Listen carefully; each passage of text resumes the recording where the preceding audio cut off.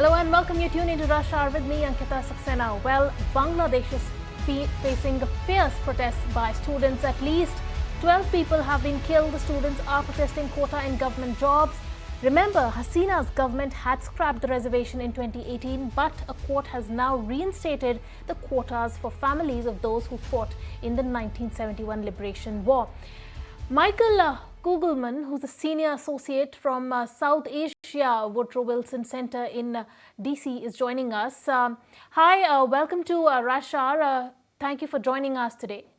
Let's begin by talking about, the fact that there is a massive countrywide protest against a controversial quota system in the government jobs that has left at least 6 people dead and over 400 people are injured.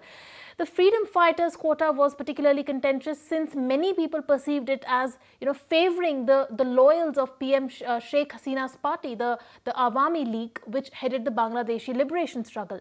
Is this another political divide, or is this truly a cry for economic justice, or a fight for economic justice? Because ideally the quota system is to provide equal opportunities to the economically backward people or people who have been underrepresented, and this quota, however, empowers the families of the freedom fighters. Right. Well, thanks for having me. I think that they're both economic and political factors at play here. But also keep in mind that this is one of the biggest protest government, which is seen as a desirable place for employment. It sort of takes them away from those that don't meet the criteria, those that are not descendants of the freedom fighters. And so I think that then raises stress about unemployment and struggles to get jobs. So there's that. But absolutely, this is political as well, just because, as you noted, which is obviously a very serious allegation to make.